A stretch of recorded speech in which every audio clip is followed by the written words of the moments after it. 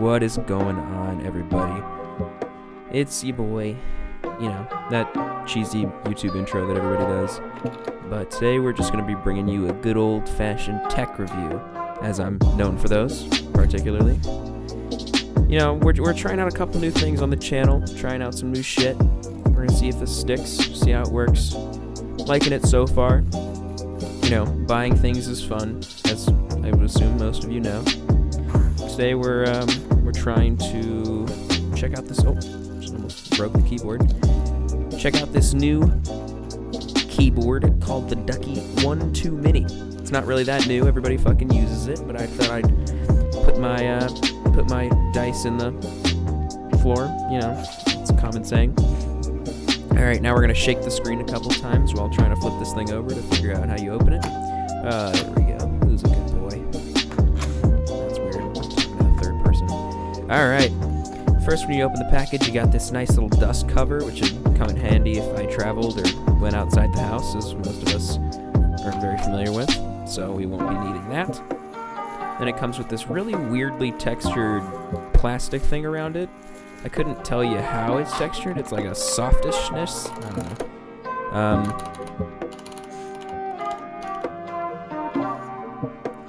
The keyboard feels pretty solid. It's got these feet on the bottom. It's got 3 levels of adjustment, just the normal, middle, and then the longest level adjustment. The dip switches are seated right there. Switch between different modes and stuff like that. All pretty solid stuff. It's pretty much complete plastic construction. Other things we got in the box is this user manual that you actually is the first one This user manual is the first one I don't want to throw away just because it has so much helpful information about macros and stuff. Came with these weird 2 green cards that I'm not going to use at all. In the box you also get a set of accent color keys. They could be any color. Mine were red. I'm actually really thankful for it because I really like the red colors. Pretty dope. I also come with a keycap puller. I love the Ducky keycap pullers. They're super fancy and nice. Also comes with a Year of the Pig spacebar, which is pretty solid, and a white USB-C, USB-A cable, which is actually gold-plated, which is actually kind of nice. That's just me, admiring their cable ties. They had a Velcro cable tie on a thing. We're just gonna throw it away anyway. So it's like, why? I like little things like that. Putting the color accent keys on was actually pretty simple. It already comes with the keycap puller, so it's a pretty simple process.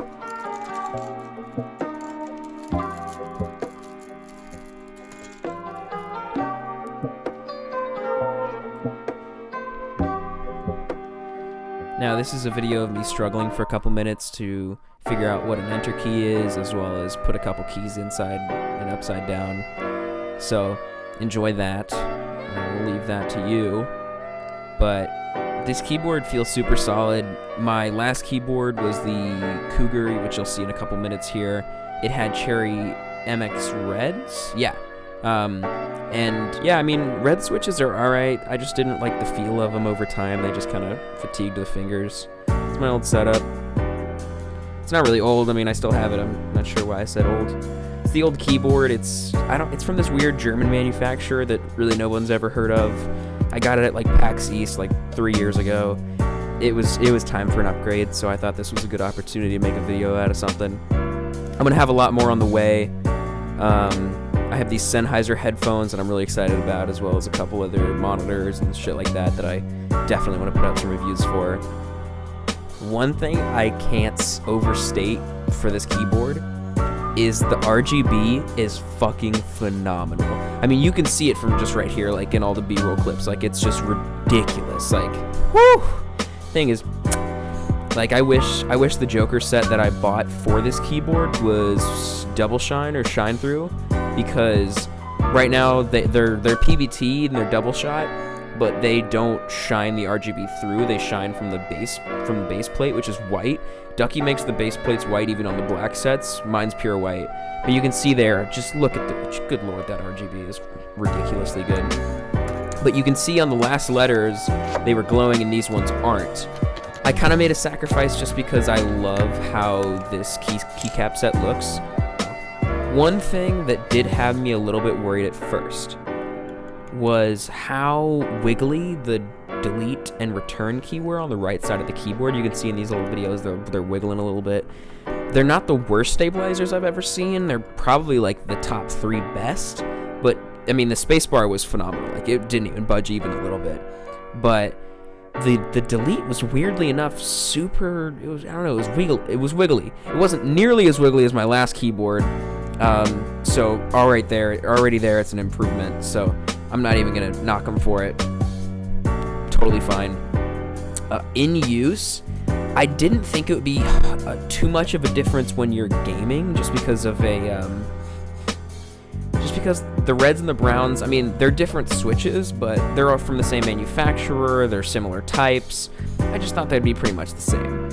I was also kind of worried initially about how clicky these might be, because I've heard things about the MX Browns being a little bit too clicky or a little bit too loud for streaming or video recording or something like that. I was a little bit worried.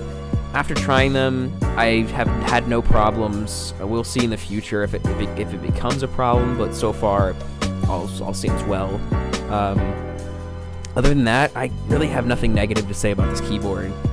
Other than that, it's just so popular, you don't even like really feel special anymore, just because it's like, yeah, everybody and their grandmother and every 13-year-old kid on Fortnite has this keyboard, because Tfue put it on his setup tour. So, speaking of setups, if you guys want to see mine from this video, I'll do a little stat sheet really quick. The monitor that you're seeing me play currently is an Alienware AW25 something. It's 25-inch. It's 240 hertz. The one to the left is a portrait 144 hertz monitor.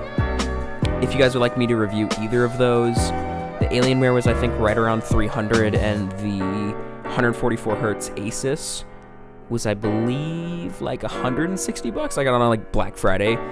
Both super fantastic monitors. The Alienware's color accuracy is ridiculous. Sorry for the lower quality of this video. It's in 1080p. Then all the next couple videos for reviews and stuff like that will be in all 4K, so you don't have to worry about that. Yeah, if you guys enjoyed this video, be sure to give it a like, maybe subscribe. I'll be doing a lot more of this stuff, similar quality. If you guys like tech or setups or gaming or memes or anything like that, I'd really appreciate a subscribe or a like or anything like that to push me through YouTube's shitty algorithm. So I appreciate you all, and have a good night.